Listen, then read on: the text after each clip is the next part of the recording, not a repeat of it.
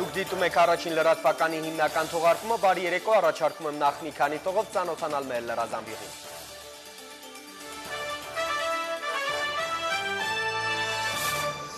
Առաջիկա օրերին Հայաստան կայցելի Ռուսաստանի նախագահը, Երևանում նաև կկայանա ՀԱՊԿ անդամ երկրների գագաթնաժողովը։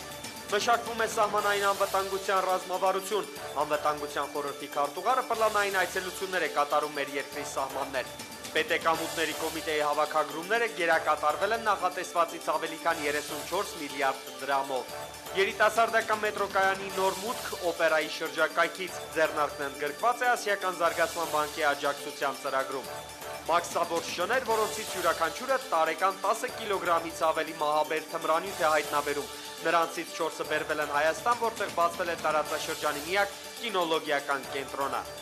Պակիստանում ջրհեղեղնաթեն 1500 կյանք է խլել բնության տարերքին զուգահեռ երկրում բռնության նոր ալիք է բարձրացել, զոհվել է 40, վիրավորվել 50-ից ավելի մարդ։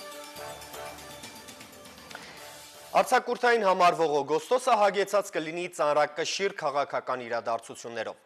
Պաշտոնական այցով մեր երկիր կժամանի Ռուսաստանի Դաշնության նախագահ Դմիտրի Մեդվեդևը, այնուհետև Երևանում կգումարվի Հավաքական անվտանգության պայմանագրի կազմակերպության գագաթնաժողովը, եւ այս մասին լրագրողներին տեղեկացրել է Ազգային անվտանգության խորհրդի քարտուղարը։ Արթուր Բաղդասարյանն այսօր այցելել էր Արտաշատի մոտ տեղակայված ռուսական սահմանապահ ուղեկալ, սահմանապահներին ներկայացրել է զինծառայության մակարդակի զարգացման ուղղված ծրագրերը։ Դրանցից առաջնահերթ Հայաստանի սահմանային անվտանգության ռազմավարության մշակումն է։ Արտաշատի ջոկատում Արթուր Բաղդասարյան պարգևատրվել է ջոկատի հիմնադրման 55-ամյակի հուշամեդալով, իսկ ինքն էլ սահմանապահներին պարգևատրել է անվտանգության խորհրդի շնորհակալագրերով։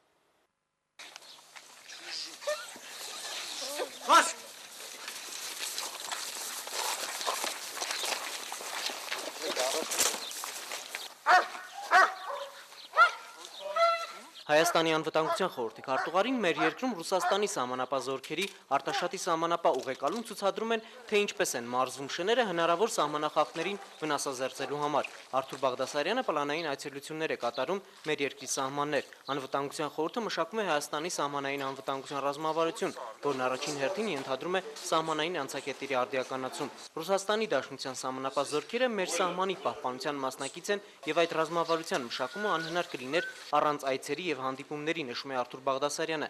Հայաստան-Ռուսաստան ռազմական եւ ռազմաքաղաքական համագործակցությունը գտնվում է շատ բարձր հարթության վրա։ Մենք նախաձեռնել ենք մի շարք խոշոր ծրագրեր, որոնք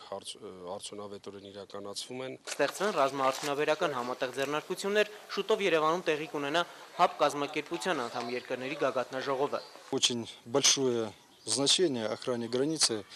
придает президент. Եվ Հայաստանի նախագահը, եւ անվտանգության խորհրդի քարտուղարը, եւ ազգային անվտանգության ծառայության տնօրենը մեծ նշանակություն են տալիս պետական սահմանի պաշտպանությանը։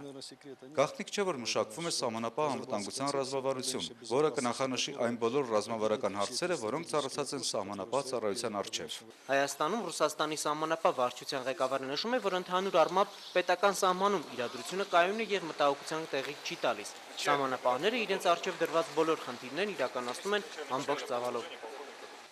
Հայկ Հովհաննիսյան, Տիգրան Բաբայան, Հայլուր։ Մեր երկրում ռուսական 102-րդ ռազմակայանը տեղակայվել է 1995 թվականին Հայաստանի ու Ռուսաստանի միջև ստորագրված համաձայնագրով։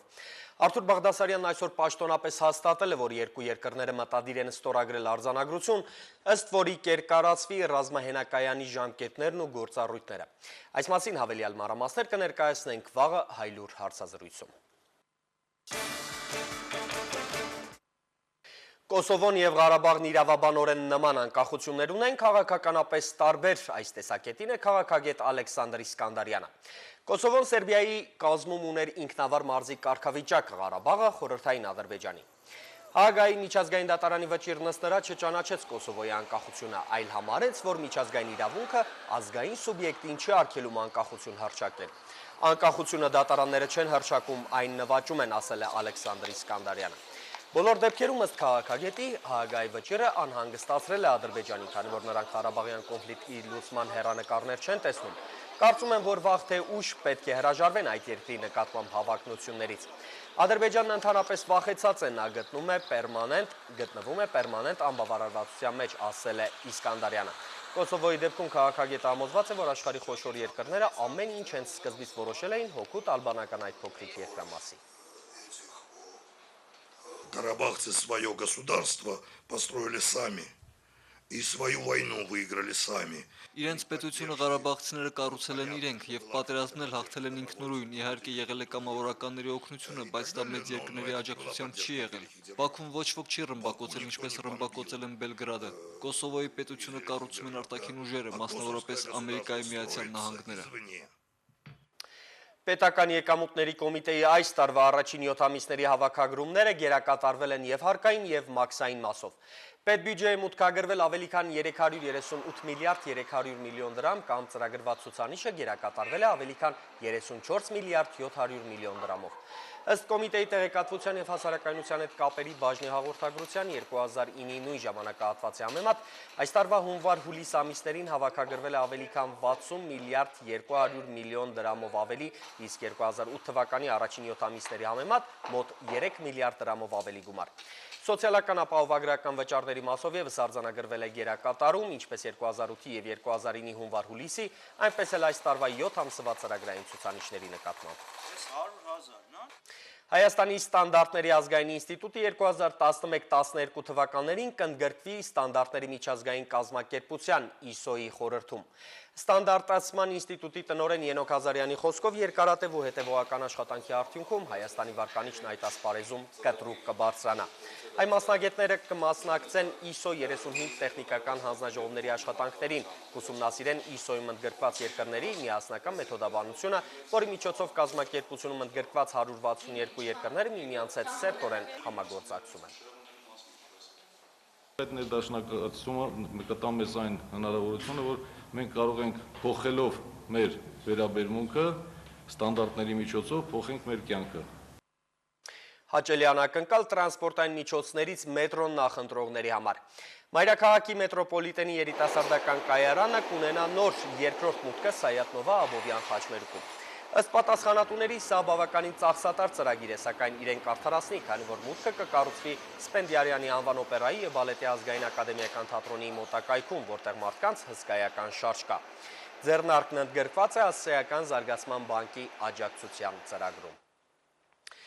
Ամբողջ աշխարհում թմրամոլների թվի աճ կա եւ այն նկատելի է նաեւ մեր երկրում։ Եթե անցյալ տարի հանրապետությունում պաշտոնապես գրանցվել է 1144 թմրամոլ, ապա այս տարի նրանց թիվն արդեն 1717 է։ Խոսքը ներերակային թմրամիջոցներ օգտագործողների մասին է, իսկ ոչ պաշտոնական տվյալով թմրամոլների քանակը 5-ից 7000 է։ Նարկոլոգիական կլինիկայի ղեկավար Պետրոս Սեմերջյանը տեղեկացրել է, որ վերջին շրջանում թմրամոլներն առավել հաճախ ու ավելի ազատ են դիմում բուժօգնություն ստանալու համար, եւ պատճառն այն է, որ թմրամիջոցի օգտագործումը Հայաստանում քրեորեն պատժելի չէ։ Մեր երկրի քաղաքացիների համար բուժումն իրականացվում է պետպատվերով։ Կլինիկայում բուժվողների գերակշռող մասը 25-ից 35 տարեկան մարդիկ են։ Իդեպ աճում է նաև կանանց շրջանում թմրամոլության տարածումը։ Մեր կենտրոնում կան նոր տենդենս, սա մի քանի ամսվա տենդենս է, որ մեզ դիմում են թմրամոլության կապակցությամբ երիտասարդ աղջիկներ, 18 տարեկան, 20 տարեկան։ Թմրամիջոցների ապօրինի մուտքը մեր երկիր կօգնեն կանխել նաև մարդու չորքոտանի բարեկամները։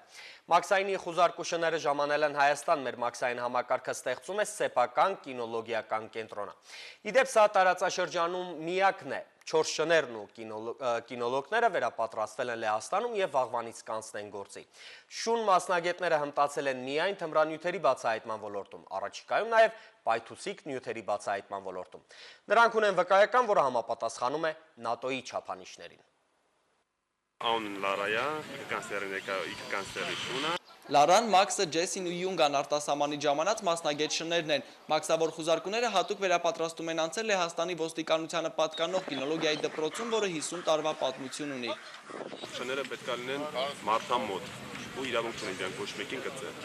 Մաքսավոր կինոլոգները եւս վերապատրաստվել են Լեհաստանում յուրաքանչյուրն իր շանհետ ծառայության պահին շունը գլխավոր գործընկերն է կարգախոսով։ Վերապատրաստման առաջին փուլում մաքսավորները նախ համապատասխան գիտելիքներ են ստացել շանհետ վերաբերվելու մարտավարության ու տեխնիկայի վերաբերյալ։ Ուսուցման երկրորդ փուլում անցկացվել են պարապմունքներ շների հետ ծանոթացել մարդու բարեկամի խնամքի ու սննդակարգի գաղտնիքներին։ Նպատակը նաև եղել է նա, որ ստեղ մեր տարածաշրջանում ստեղծենք նույնատիպ դպրոց, որտեղ կարողանանք ուրեմն նոր կադրեր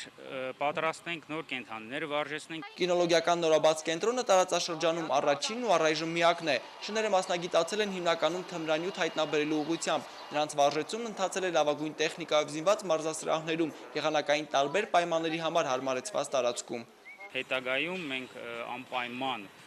երկրորդ ուղղություններ ենք զարգացնելու, դա լինելու է փայտուցիկ նյութերը։ Դասընթացի ավարտին եւ կինոլոգներին եւ մասնագետներին տրվել է վկայական, որը համապատասխանում է ՆԱՏՕ-ի չափանիշներին։ Հարկ է նշել, որ